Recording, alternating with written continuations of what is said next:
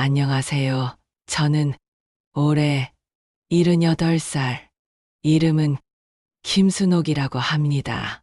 지금 이 자리에 앉아 마이크 앞에서 이야기를 하고 있으니 참 신기하네요. 누가 듣긴 할까 싶기도 하고요. 가끔은 이런 생각이 들어요. 그때 다른 길을 선택했더라면 내 인생은 어떻게 달라졌을까? 여러분도 그런 적 있으시죠? 뒤돌아보면, 아, 그때 왼쪽으로 갔으면, 오른쪽으로 갔으면 하는 순간들 말이에요. 사람마다 갈림길이 있잖아요. 저도 그랬습니다. 20살 무렵, 제 앞에는 세 갈래의 길이 있었습니다. 하나는 가족을 위해 저를 희생하는 길, 하나는 제 욕망을 쫓아 성공을 이루는 길, 그리고 마지막 하나는 사랑하는 사람과 함께 가는 길이었습니다. 그리고 저는 지금도 가끔 그 길들을 돌아봅니다. 마치 오래된 앨범을 펼쳐보듯이요.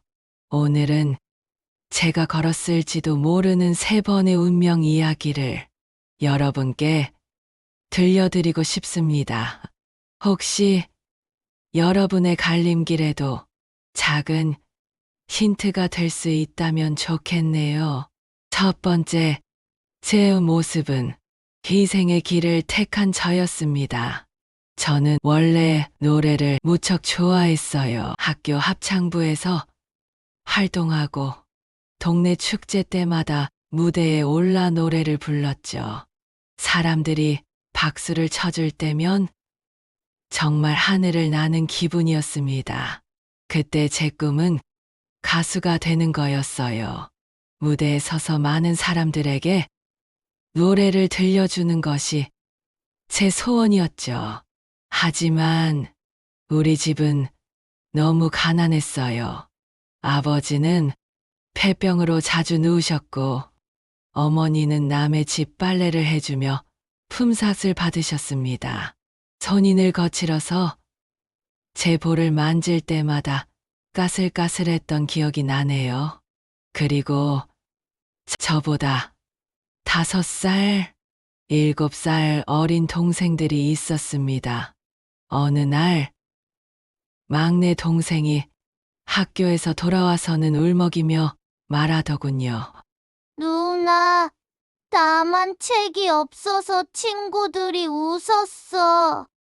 그 순간 제 가슴이 철렁 내려앉았습니다.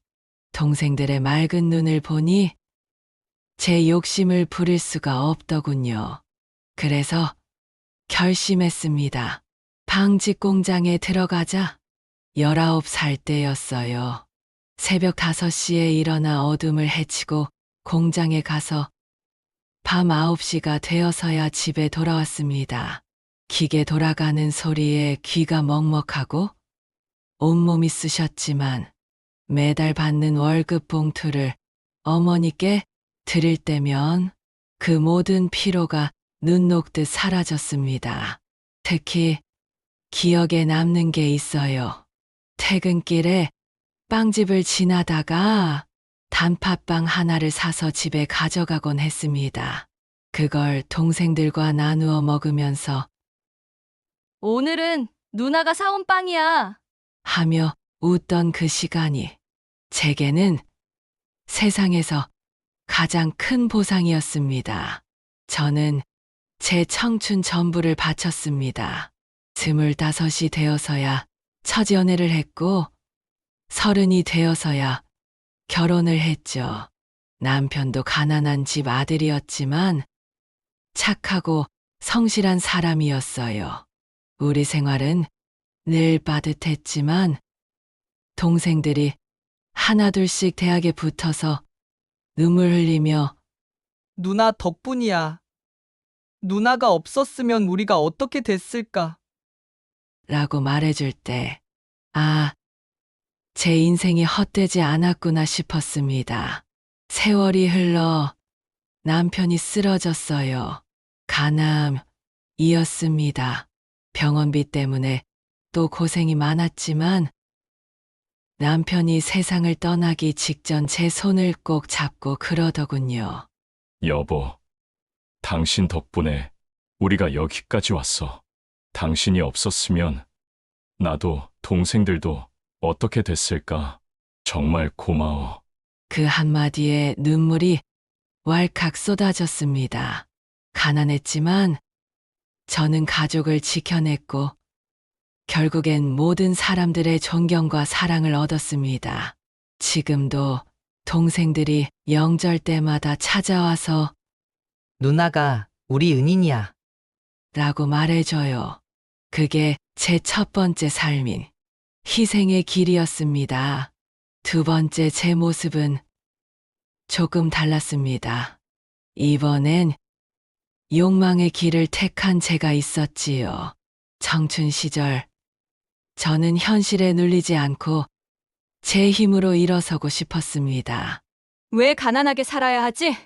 왜 누군가 주는 걸 기다려야 하지? 그런 생각이 들더군요. 그래서 낮에는 공장에서 일하고 밤에는 상업고등학교 야간부에 다니며 부기와 타자를 배웠습니다. 22살 때 작은 무역회사에 취직했어요.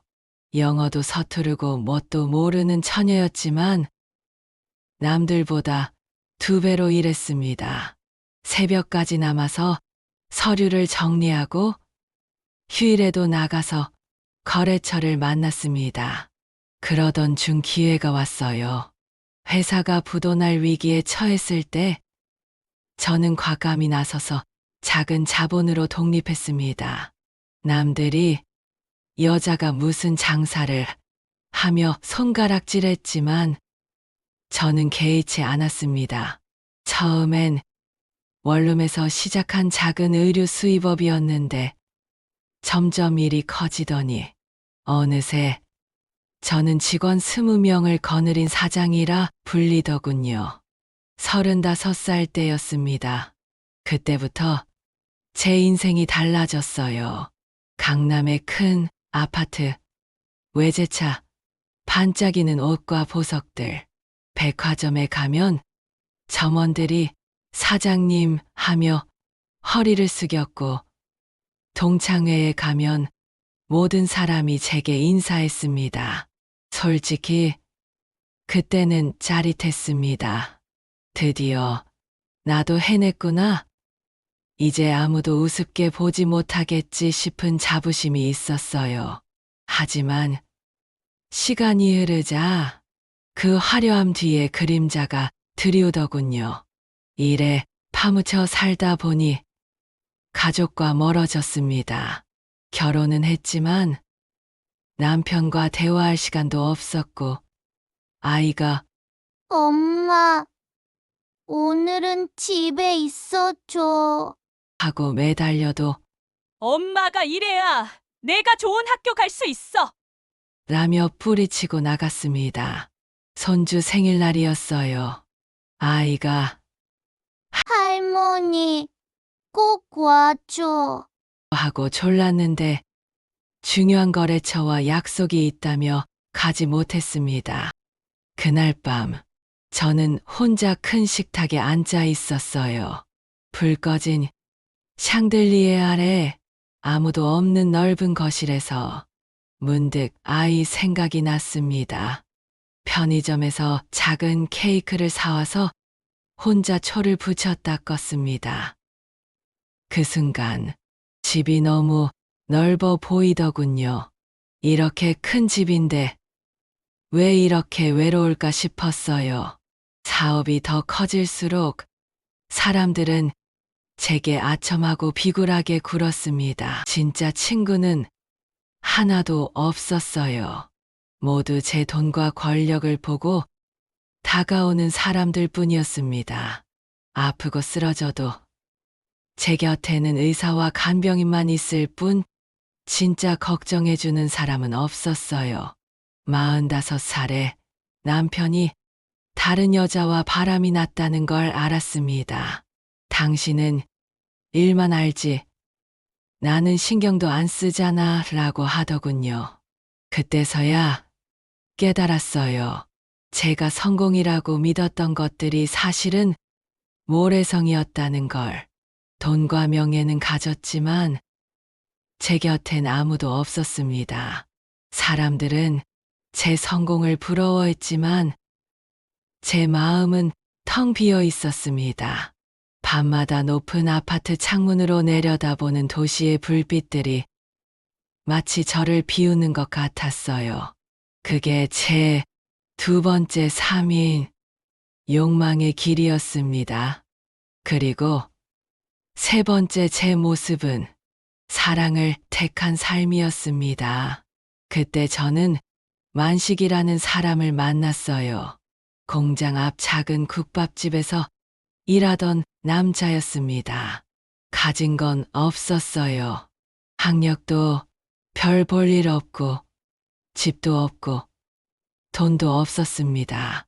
하지만 그 사람 웃는 모습이 참 따뜻했어요. 제가 힘들어할 때마다 괜찮다. 다 잘 될 거야.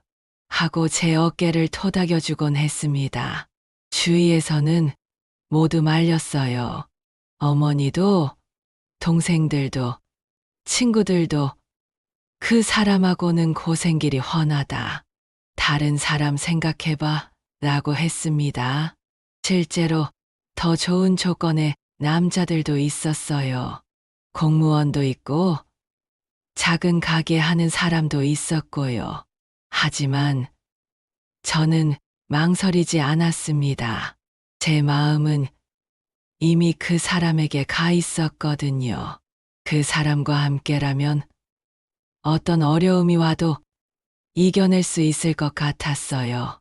그래서 23세 사랑하는 사람의 손을 잡고 집을 나섰습니다. 우리가 처음 살던 곳은 반지하 단칸방이었어요. 창문으로 사람들 발목만 보이는 그런 곳이었죠. 방 한 칸에 부엌과 화장실이 딸린 정말 좁은 곳이었습니다. 하지만 그 안은 늘 웃음이 가득했어요. 장마철에는 빗물이 새어서 여기저기 양동이를 받쳐놓고 겨울에는 연탄불 피워서 손을 녹이며 서로의 체온을 나눴습니다.